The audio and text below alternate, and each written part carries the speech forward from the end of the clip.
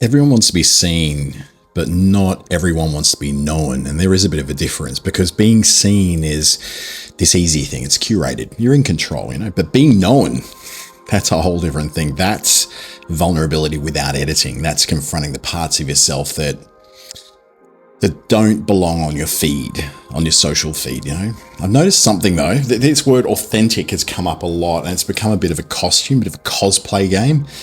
We cry into cameras, we confess into captions, we manufacture these rawness moments, and then you cut it up with transitions and captions and deeply moving background music. And what used to be something that we were is now a social media follower strategy.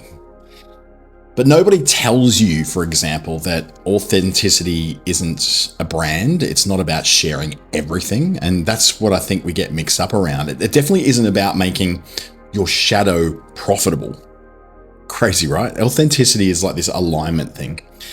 Not with your content calendar, but with your entire self. It's all of you. And if you want to reach that place, there's one uncomfortable truth you have to get used to. That you need to sit with this, right? You can't be authentic until you meet the true version of yourself. And you've probably been avoiding that person for years. We all have a persona, a version of us that we learned how to get by with, to be accepted, to be rewarded, to be applauded, all that stuff. And we learned how to behave, from our parents, how to smile at the right time, how to work hard, not to be abandoned by the people that love us, how to dim our fire just enough to avoid the spotlight but we want to stay in the room. We still want to be seen, but not again known. That persona, it kind of got us this far right in the world. It protected us from rejection. It became our suit of armor that protected us from all the nasty stuff in the world. But the longer that we wore this armor, the more that we started mistaking it as our skin. And deep beneath it, this shadow has been growing inside. And your shadow is best thought of as everything you've disowned, all the anger you've pushed down, all the ambitions that you hid away, the sexuality you ignored, the sadness that you numbed away, the creativity that you told was totally impractical.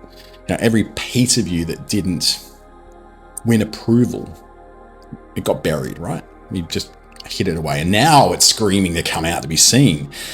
Not on Instagram, but oh gosh, it's inside you. You're screaming to be real. And this is where the process begins, right? Shadow work isn't a philosophy. It's not some ooky spooky thing up in the clouds. It's not, a quote that you can put on a hoodie or on a cap. It's not even something you can share until you make peace with what you find in that shadow. And you start by watching your triggers. And how this becomes a social media thing is because you're hiding away those moments you get irrationally angry or jealous or cold. Those aren't even flaws, really. They're kind of just signals that something's not quite right. That person that's out there, and we all know them on social media, that brags too much about how great they are. Maybe they're doing something that you've never allowed yourself to do. They're too emotional. You don't want to be too emotional. Maybe they remind you of just how little space you're given for your own grief and your own celebration, your own emocionados, right? You pay attention to these projections. You watch these moments where your body tenses when you see something, and you over-explain about why you don't like it, and you laugh, and it doesn't feel honest at all. And then you go to the computer and start typing. Write the things you never said, the things you think would make people walk away. You write in a diary, I guess, not for an audience. I guess you write it to collapse that distance between who you are and who you're performing as being. And eventually that shadow just bubbles up and starts speaking back. Kind of asks, why did you leave me here? Why did you choose attention and applause over integration? And you answer not with shame, not with defense, but with a bit of attention to it. With a bit of presence. And this is where the first crack starts to appear in your performance. That whole performative social media thing we're doing as business owners and solopreneurs is where the wholeness starts to come in. The next plan, though, this is a little harder. You have to claim all the bits that you rejected. You start setting boundaries without apologizing to people. You start taking days off without explaining why. You tell the truth in places where you've never been able to tell the truth before, where you'd be silent, and you stop editing your thoughts to match trends. And slowly you realize that being authentic isn't really about being raw, it's about being whole. It's not about sharing everything. It's about aligning what you think, what you feel, and what you do with what's going out there. I've been doing a lot of that lately. Sometimes it looks like being quiet. Sometimes it looks like walking away from people. Sometimes it's bringing forth a version of you that isn't performing anymore. Authenticity then is this daily thing you do to reduce the distance between you and the public self, And that inner reality, it changes. And the process then, kind of never ends. It's a lifetime thing, as it should be. Social media, though, is trained us to be these characters, right? It rewards the consistency, not the complexity. But you're not content. Your life is not content. You are not a niche. You're not a brand.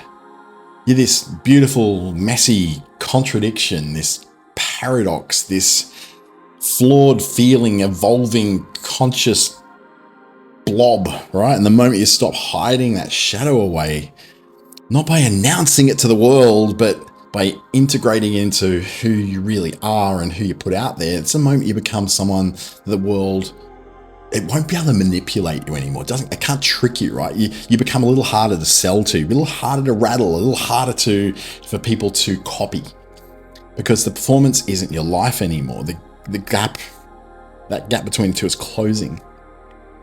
And the feeling, that quiet, unshakable knowing who you are, that sits there. Not the fame, not the likes, not the relatability, because that's what apparently we all have to be. But it's a word called congruence, right? It's a sense that what you say on the outside actually matches who you are when nobody's in an audience to you, when you're on your own. And that's what it means to be authentic. It's not dramatic. It's definitely not performative. It's just real. And that kind of realness, it doesn't need to be broadcast all the time. It doesn't mean to be a Facebook Live, because once you find it, people just feel it from you. It's in the silence. It might be on a YouTube video like I'm doing right now, but you don't have to start trying to look like your truth. You start trying to live the truth instead. And that's the process, right? It's worth every single messy, uncomfortable step you're going to take towards it. So authenticity in social media is an absolute sham. It's a scam. It doesn't exist. No one is doing authenticity. When you start to do authenticity, you can probably tell the difference, because people, they react to who you are rather than what you're saying, because who you are is speaking louder to them than what you're saying. I don't know if it's magical, probably not. But it seems to be it's you plus rather than you minus.